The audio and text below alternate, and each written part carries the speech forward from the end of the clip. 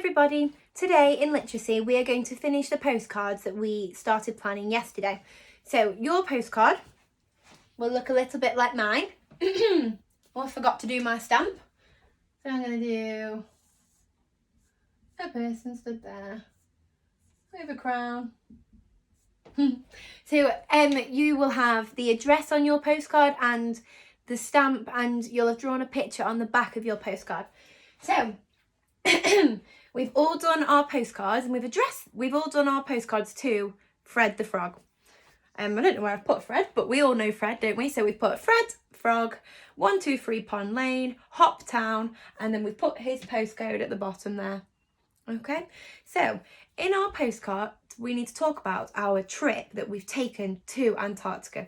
So we're all in Antarctica at the moment. That's where what we're pretending to do. We're all on an imaginary trip to Antarctica because we know so much about Antarctica now, don't we? So we are going to talk about things like what we are doing, what we're going to do, what we've liked doing, maybe what we've eaten, what we've drank. Have we seen something that we've liked? So we could talk about lots and lots of different things. But the first thing we need to do is write who our postcard is to. And it's to Fred. So the top of your postcard, you're going to write to Fred. Okay? So Fred is a name, so we need a capital letter, don't we? So to needs a capital letter. So to R. So capital to R. So like that. But then you also need a capital letter for Fred. So you've got 2 and then a finger space, Fred, but Fred needs a capital letter because it is a name. So to Fred, and then we put a comma there. So to Fred, and then we're going to write our postcard. So on my postcard, the first thing I'm going to write is that I love Antarctica. So I love Antarctica. That's going to be my first sentence. So what I might do to make my sentence even more interesting is use an exclamation mark. So I'm going to put I love Antarctica with an exclamation mark at the end because it's a statement, remember? So I love Antarctica. So capital I love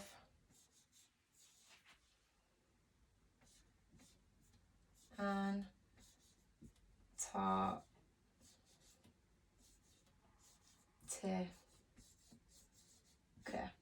I love Antarctica. So that's my first sentence that I've written. I love Antarctica. So Fred will know how much I love Antarctica. The next part of my postcard is going to be about the weather. So I'm going to use some adjectives, and I'm going to say, it's freezing cold here. Or even better, I'm going to start my sentence by saying what I have to wear. I'm going to say, I've got to wear my thick coat because, so I'm using a connective, I'm explaining. So I've got to wear my thick coat because it's freezing cold. So I'm using 2 adjectives there. I'm describing my coat and I'm describing the weather in Antarctica. So I'm describing Antarctica. So I have to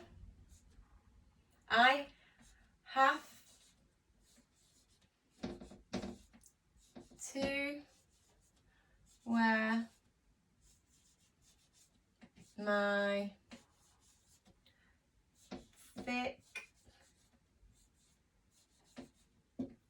coat because, you see how I've connected my 2 sentences? So I could have very easily just said I have to wear my thick coat, full stop, and then said it's freezing cold in Antarctica. But I've made that sentence much more interesting by saying it's very cold and I have to wear my thick coat in Antarctica because it's freezing cold in Antarctica. Blah, blah, blah, blah. I have to wear my thick coat because it's freezing cold in Antarctica. So I've used because to connect the 2 sentences. Rather than having them as simple sentences, I've used because to connect them. So I've made my postcard much more interesting already by using the word because. So you can use and or because. You can make your postcard much more interesting by putting different words to connect them. Because it is freezing cold. So, to Fred, I love Antarctica. I have to wear my thick coat because it is freezing cold. So can you see already? I've told Fred how much I'm enjoying my trip, and I've told him about the weather and what I have to wear. So already I'm explaining about my trip, and I've used adjectives and a connective, and I've used a different type of punctuation. I've put an exclamation mark in there. I've ticked so many boxes, wow! And I've remembered my capital letters, finger spaces and full stops. So what else could I say?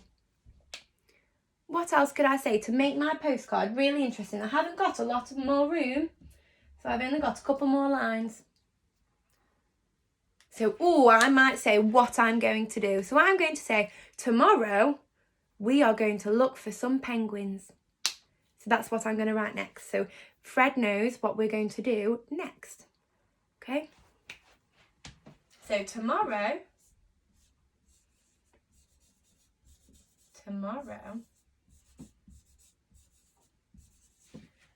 we are going to look for the penguins. The penguins.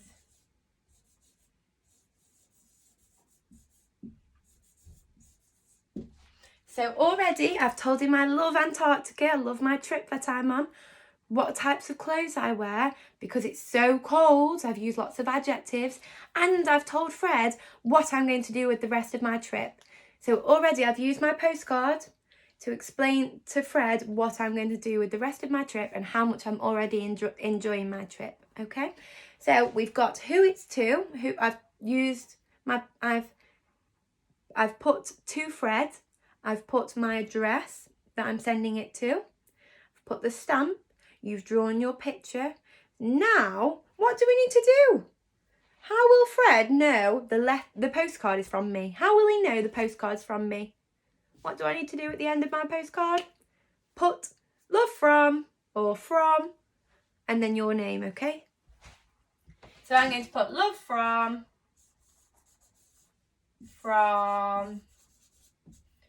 Miss Murray. I'm running out of room. So love from Miss Murray. So my postcard says to Fred, I love Antarctica, exclamation mark. I have to wear my thick coat because it is freezing cold. Tomorrow we are going to look for the penguins. Love from Miss Murray. So I've used adjectives, I've used a connective, I've used different punctuation. So can you have a go at writing your postcard now? I've put some other questions on the document for you to have a think about so you can make your postcard amazing. Can't wait to read them. Bye.